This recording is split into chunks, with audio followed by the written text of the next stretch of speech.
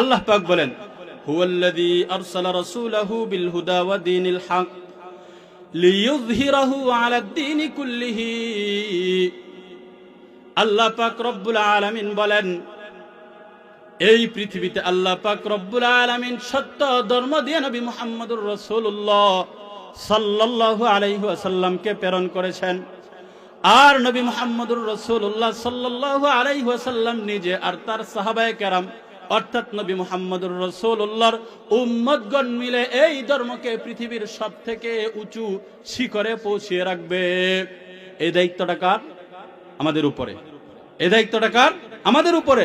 ওয়ালাউ কারিহাল মুশরিকুন। ও মুসলমান, আপনি আমি দ্বীনের কথা বলবো, আপনি আমি দ্বীনের পথে চলবো, কোরআনের কথা বলবো, আল্লাহ পাকের তাওহীদের কথা বলবো, নবীজির রিসালাতের কথা বলবো, আর এই কথাটা মুশরিকদের কাফেরদের অপছন্দ হবেই হবে। এটা মুশরিকদের অপছন্দ হবেই হবে। এটা আমার বানোয়াট কোনো কথা নয়। আল্লাহই বলেন, ওয়ালাউ কারিহাল মুশরিকুন, ওয়ালাউ কারিহাল মুশরিকুন, যদিও মুশরিকদের অপছন্দ হয়। তো এই ধর্মকে বিজয়ী রাখার জন্য, এই ধর্মকে আমেরিকার হোয়াইট হাউস থেকে নিয়ে বাংলার প্রত্যেকটি প্রত্যন্ত অঞ্চলে এমনকি একটি কুটি গড়ে কালিমার পতাকা পতপত করে উড়ানোর জন্য আল্লাহ পাক রব্বুল আলামিন আমাদেরকে দায়িত্ব দিয়েছেন। আপনারা সেই দায়িত্ব পালন করতে রাজি আছেন কি নাই? রাজি আছেন? কে কে রাজি আছেন হাত তুলেন ইনশাআল্লাহ। আল্লাহ পাক রব্বুল আলামিন আমাদের সবাইকে কবুল করুন, সকলে বলে আমিন।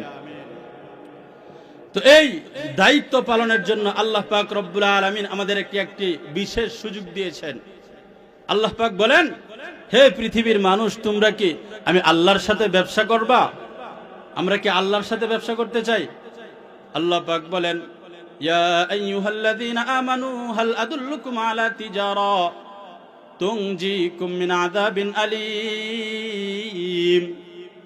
ও পৃথিবীর মানুষ, তোমরা কি একটি ব্যবসা করবানি? ও ব্যবসা করবানি। এখন যদি আমরা আল্লাহকে জিজ্ঞেস করি, আল্লাহ, আমরা যদি আপনার সাথে ব্যবসা করি তাহলে তো মূলধনের প্রয়োজন রয়েছে, আমাদের মূলধন কি লাগবে? আল্লাহ বলেন, তোমাদের মূলধন তেমন কিছু প্রয়োজন নাই। একটা মূলধন হলো তোমাদের ঈমানটা মজবুত থাকতে হবে। তোমাদের ঈমান মজবুত থাকতে হবে। আর ঈমান কোনো সময় মানুষের দুর্বল হয় না, ঈমান কোনো সময় বাড়েও না কমেও না। আপনার ঈমানটা যেমন এমনই সর্বদাই থাকবে। হয়তোবা আপনার ঈমান পরিপূর্ণ না হয় নাই, হয়তোবা আপনার ঈমান পরিপূর্ণ না হয় নাই। তা আপনি যদি বলেন আমার ঈমান দুর্বল, তাহলে আপনার কথাই সমস্যা আছে। তো চলেন আমরা আল্লাহকে জিগাই, আল্লাহ, আমরা যদি আপনার সাথে ব্যবসা করি তাহলে লভ্যাংশ কি দিবেন? আমাদেরকে লাভ কি দিবেন? আল্লাহ পাক রব্বুল আলামিন বলেন, তুনজিকুম মিন আযাবিন আলীম। তোমাদের জন্য আমি আল্লাহ পাক রব্বুল আলামিনের নিকট এক নম্বর লভ্যাংশ হলো, এক নম্বর পুরস্কার হলো, আমি আল্লাহ পাক রব্বুল আলামিন তোমাদেরকে জাহান্নাম থেকে চিরতরে মুক্তি দিয়ে দিব। ও মুসলমান, দ্বিতীয় নম্বর লভ্যাংশ আল্লাহ পাক রব্বুল আলামিন কি দিবেন? আল্লাহ পাক রব্বুল আলামিন বলেন, ইন্নাল্লাহা ইউহিব্বুল্লাযীনা ইউকাতিলুনা ফী সাবিলিহি সাফফান কাআন্নাহুম বুনয়ানুম মারসুস। যেই সমস্ত মানুষ আমি আল্লাহ পাক রব্বুল আলামিনের সাথে ব্যবসা করবে, আমি আল্লাহ পাক রব্বুল আলামিন তাদেরকে ভালোবাসবো। তৃতীয় নম্বর লভ্যাংশ হলো, তৃতীয় নম্বর পুরস্কার হলো, ওয়াগফির লাকুম যুনুবাকুম। আল্লাহ পাক রব্বুল আলামিন আমাদের জিন্দেগীর সমস্ত গুনাহগুলোকে মাফ করে দিবেন। চতুর্থ নম্বর লভ্যাংশ হলো, চতুর্থ নম্বরের পুরস্কার হলো, ওয়া ইউদখিলুকুম জান্নাতিন তাজরি মিন তাহতিহাল আনহারু খালিদিনা ফিহা ওয়া মাসাকিন তাইয়্যিবাতান ফি জান্নাতি আদন। আল্লাহ পাক রব্বুল আলামিন বলেন, তোমাদের জন্য চতুর্থ নম্বরের লভ্যাংশ রয়েছে, চতুর্থ নম্বরের পুরস্কার রয়েছে। তোমরা যদি আমি আল্লাহ পাক রব্বুল আলামিনের সাথে ব্যবসা করো, তাহলে আমি আল্লাহ পাক রব্বুল আলামিন তোমাদেরকে এমন এক জান্নাত দান করব, যেই জান্নাতের তলদেশ দিয়ে নহর প্রবাহিত হতে থাকবে। শুধু তাই নয় মুসলমান, শুধু তাই নয়, আল্লাহ পাক রব্বুল আলামিন বলেন, তোমাদেরকে এমন একটি জান্নাত আমি দান করব, যেই জান্নাতের নাম হলো জান্নাতে আদন। সেই জান্নাতের নাম কি ভাই? জান্নাতে আদন। যেই জান্নাতটা আল্লাহ পাক রব্বুল আলামিন নিজের কুদরতি হাত দ্বারা সাজাইছেন, বলেন সুবহানাল্লাহ। জান্নাতে আদন আল্লাহ পাক নিজের কুদরতি হাত দ্বারা সাজাইছেন। তাহলে বুঝেন এই জান্নাতটা কেমন সুন্দর হবে। আর সেই জান্নাতে বসবাস করার জন্য তোমাদের জন্য থাকবে সুন্দরী রমণী, তোমাদের জন্য থাকবে হুরে গিলমান। আরেকটা পুরস্কার আল্লাহ পাক রব্বুল আলামিনের পক্ষ থেকে আমাদেরকে দেওয়া হবে, ওয়া নাসরুম মিনাল্লাহ। আল্লাহ পাক রব্বুল আলামিন আমাদেরকে সর্বদাই সাহায্য করবেন। ওই কাফের মুশরিকদের বিপক্ষে আল্লাহ পাক রব্বুল আলামিন আমাদেরকে সাহায্য করবেন। তো এই পাঁচটা কয়েকটা পুরস্কারের কথা বললাম, বিশেষভাবে পাঁচটা পুরস্কারের কথা বললাম। ও মুসলমান, এখন বুঝার দরকার আমাদের মূলধন কি লাগবে। আল্লাহর সাথে ব্যবসা করতে চাই কি চাই না? আল্লাহর সাথে ব্যবসা করার ইচ্ছা আছে? যে ব্যবসার মধ্যে কোনো লস নাই, লস হবে? আল্লাহ কি আপনি আমার ব্যবসার মূলধন মেরে দিবে? আল্লাহ পাক কি আপনি আমাকে মূলধন দিবে না? আপনি আমি যদি ব্যবসা করি পুরস্কার কি আপনি আল্লাহ কি আপনি আমাকে পুরস্কার দিবেন না? অবশ্যই দিবেন, অবশ্যই অবশ্যই, লা শাক্কা ফিহি, এর মধ্যে কোনো প্রকারের সন্দেহ নাই। আল্লাহ পাক রব্বুল আলামিন কালামুল্লাহ শরীফের মধ্যে আমাদেরকে জানিয়ে দেন,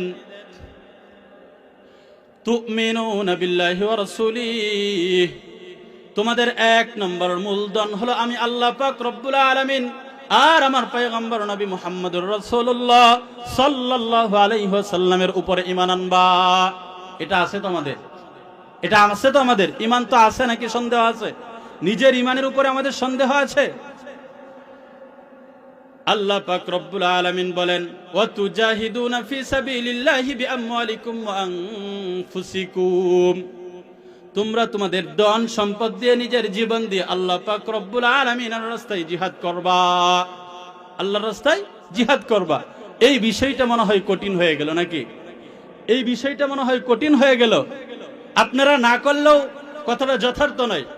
আল্লাহ পাক নিজেই বলেন, কুতিবা আলাইকুমুল কিতালু ওয়া হুয়া কুরহুল লাকুম, তোমাদের উপরে আল্লাহ পাক রব্বুল আলামিন জিহাদ ফরজ করেছেন, যদিও তোমরা এটাকে অপছন্দ করো। তা আমরা যদি অপছন্দ না করি তাহলে কি আল্লাহ পাক কথাটা এমনিতেই বলছেন? অবশ্যই না, আমরা অপছন্দই করি। এজন্যই আল্লাহ পাক রব্বুল আলামিন বলছেন যে তোমাদের উপরে আমি আল্লাহ পাক জিহাদকে ফরজ করেছি, কিতালকে ফরজ করেছি, যদিও তোমরা এটাকে অপছন্দ করো। কিতালকে আল্লাহ পাক কেন ফরজ করলেন? এটার একটা উদাহরণ দিয়ে আপনাদেরকে বুঝাই। আগামীকালকে আমাদের দেশে 16ই ডিসেম্বর আমাদের হাজারো হাজারো মা বোনের ইজ্জতের বিনিময়ে, হাজারো হাজারো মানুষের রক্তের বিনিময়ে, জীবনের বিনিময়ে আমরা একটি স্বাধীন দেশ পেয়েছি। পাইছি কি পাই না? এরপরে এই স্বাধীন দেশের একটা সীমানা রয়েছে। এই সীমানাটার মধ্যে পাহারাদার হিসেবে বিজিবি থাকে, যাদেরকে আমরা বর্ডার গার্ড বলি। বিজিবি আছে না নাই?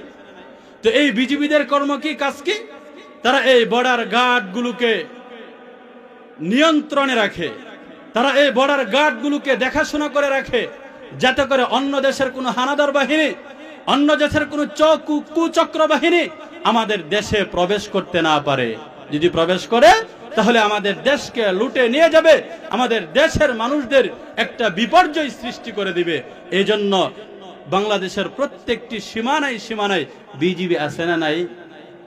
এদেশের বিজিবি গুলো যেরকম ভাবে বাংলার জমিনের সীমান্ত রক্ষা করে, এরকম ভাবে আল্লাহ পাক রব্বুল আলামিনের রাস্তায় যারা জিহাদ করে, যারা মুজাহিদ হয়, এই সমস্ত মানুষ আপনি আমার ঈমানের হেফাজত করে। এই সমস্ত মানুষ আল্লাহ পাকের কালামুল্লাহ শরীফের ইজ্জতের হেফাজত করে, আল্লাহর পয়গম্বরের খতমে নবুয়তের ইজ্জত হেফাজত করে। কথা বলেন ঠিক কিনা? যদি বাংলার জমিনে মুজাহিদ না থাকে, যদি এই পৃথিবীতে মুজাহিদ না থাকে, তাহলে ইসলামকে ইহুদি খ্রিস্টানরা মুহূর্তের মধ্যেই ধ্বংস করে দিতে পারে। আজকে দেখেন আপনারা ফিলিস্তিনের দিকে তাকিয়ে দেখেন, ওই ইসরায়েলি বাহিনীগুলো, ওই ইসরায়েলি হানাদারগুলো এই ফিলিস্তিনের উপরে আক্রমণ করতেছে, বাইতুল আকসার উপরে আক্রমণ করতেছে। আজকে যদি ফিলিস্তিন মুজাহিদ না থাকতো, আজকে যদি এই ফিলিস্তিন আল্লাহ পাকের সৈনিকগুলো না থাকতো, যারা নিজের জান দিয়ে, যারা নিজের মাল দিয়ে আল্লাহর রাস্তায় জিহাদ করতেছে, তাহলে তো ইহুদিরা বলা মাত্রই আল্লাহ পাকের গড় বাইতুল মুকাদ্দাস ওই ইহুদিদের দখলে নিয়ে যাইতেন। কিন্তু পারতেছে এই আল্লাহ পাক রব্বুল আলামিনের সৈনিকদের, এই মুসলমানদের শরীরের মধ্যে যতদিন পর্যন্ত এক ফোঁটা রক্ত থাকবে ততদিন পর্যন্ত কোন ইহুদি খ্রিস্টান আল্লাহ পাক রব্বুল আলামিনের বাইতুল মুকদ্দাস তারা তাদের দখলে নিতে পারবে না ইনশাআল্লাহ। এরকম ভাবে একজন মুজাহিদ, আল্লাহ পাকের একজন সৈনিক এই পৃথিবীতে অর্থাৎ বাংলার জমিনে আপনি আমার ঈমানের পাহারাদারি করে, আল্লাহ পাক রব্বুল আলামিনের কালামুল্লাহ শরীফের ইজ্জতের হেফাজত করে, আল্লাহ পাকের কোরআনের হেফাজত করে। আপনি আমি নামাজ পড়ি, যদি এই দেশে মুজাহিদ না থাকতেন আপনি আমি নিশ্চিন্তে নামাজ পড়তে পারতাম না। এই দেশে যদি মুজাহিদ না থাকতেন তাহলে আপনি আমার সন্তানগুলো এই কালামুল্লাহ শরীফের তিলাওয়াত করতে পারত না। আপনি আমার এই দেশে যদি আল্লাহ পাকের সৈনিকগুলো মুজাহিদগুলো যদি না থাকতেন তাহলে আপনি আমি এই টুপি মাথায় দিয়ে এই মাঠে ময়দানে আল্লাহ পাকের তাওহীদের আলোচনা আপনি আমি করতে পারতাম না। তাহলে এই মুজাহিদগুলো এই ইসলামের একজন বিজিবি, এই মুজাহিদগুলো হলো ইসলামের একজন সৈনিক, এই মুজাহিদগুলো হলো আল্লাহ পাকের একজন সৈনিক, এই মুজাহিদগুলো হলো কোরআনের একজন সৈনিক। কথা বলেন ঠিক কি না? বাংলার জমিনে যদি বিজিবি না থাকে তাহলে যে কোনো সময় অন্য দেশ থেকে আক্রমণ করে আমাদের দেশকে ছিনিয়ে নিয়ে যেতে পারে। এরকম ভাবে যদি এই বাংলার জমিনে মুজাহিদও না থাকে তাহলে আপনি আমার ঈমান, আপনি আমার আমল যে কোনো সময় তারা ছিনিয়ে নিয়ে যেতে পারবে, তাদের এক মুহূর্ত সময়েরও প্রয়োজন পড়বে না। এজন্য আপনি আমাকে মুজাহিদ হতে হবে, আপনি আমার পরিবারকে মুজাহিদ বানাতে হবে।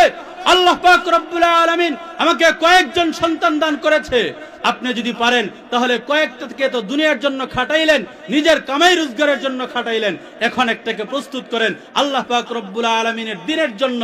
নিজে প্রস্তুত হন আল্লাহ পাকের দ্বীনের জন্য, নিজের পরিবারকে প্রস্তুত করেন আল্লাহ পাকের দ্বীনের জন্য।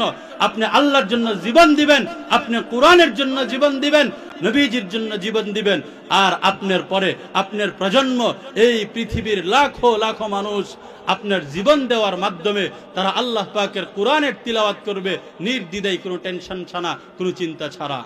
আমাদের পূর্বপুরুষ যদি তাদের নিজেদের রক্তের বিনিময়ে, মা বোনদের ইজ্জতের বিনিময়ে যদি এই বাংলাদেশকে স্বাধীন না করতেন তাহলে আপনি আমি এই দেশে শান্তিতে থাকতে পারতাম না। পারতাম? কথা বলেন, পারতাম না। এরকম ভাবে আপনি আমি যদি মুজাহিদ হই, আপনি আমি যদি আল্লাহ পাকের একজন সৈনিক হই, আপনি আমি যদি আল্লাহ পাকের কোরআনের জন্য লড়াই করি, আপনি আমি যদি আল্লাহ পাকের তাওহীদের জন্য লড়াই করি, তাহলে দেখবেন হয়তোবা আমি মরে যাব, হয়তোবা আমি শাহাদাত বরণ করব, কিন্তু আপনি আমার প্রজন্ম যারা পরবর্তীতে থাকবে ইনশাআল্লাহ সুম্মা ইনশাআল্লাহ তারা কোরআন বুকে ধারণ করে, সঠিক ঈমান বুকে ধারণ করে আল্লাহ পাকের ইবাদত বন্দেগী করতে পারবে। কথা বলেন ঠিক কিনা? ও মুসলমান, আল্লাহ পাক রব্বুল আলামিন বলেন আতুজাহিদুনা ফি সাবিলিল্লাহি বিআমওয়ালিকুম ওয়া আনফুসিকুম, তোমরা তোমাদের নিজেদের জানমাল নিয়ে আল্লাহ পাক রব্বুল আলামিনের রাস্তায় জিহাদ করবা। আল্লাহ পাকের রাস্তায় জিহাদ করবা, জিহাদ। তো জিহাদটা আমরা কিভাবে করব? আল্লাহ পাক রব্বুল আলামিন বলেন উযিনা লিল্লাযিনা ইউকাতালুনা বিআন্নাহুম যুলিমু, তোমরা যেখানে জুলুম দেখবা সেখানেই জিহাদ করবা। যেই জায়গায় কথার মাধ্যমে জুলুম হবে সে জায়গায় তোমরা কথার মাধ্যমে জিহাদ করবা, যে জায়গায় অস্ত্রের মাধ্যমে জিহাদ হবে সে জায়গায় তোমরা অস্ত্রের মাধ্যমে জিহাদ করবা। যে জায়গায় জুলুম হবে, জুলুম যেভাবে হবে জিহাদও ঠিক সেইভাবেই হবে ইনশাআল্লাহ। এখন আমাদের একটা প্রশ্ন, যে আমরা তো দুর্বল মানুষ, আমাদের তো প্রস্তুতি নাই। আল্লাহ পাক রব্বুল আলামিন বলেন ওয়া আ'ইদ্দু লাহুম মাস্তাতাতুম মিন কুওয়া, তোমার যে রকম সামর্থ্য আছে এই সামর্থ্য অনুপাতে তোমাকে প্রস্তুতি গ্রহণ করতে হবে। আপনি আমার যেরকম সামর্থ্য আছে সেরকম প্রস্তুতি আপনি আমাকে গ্রহণ করতে হবে।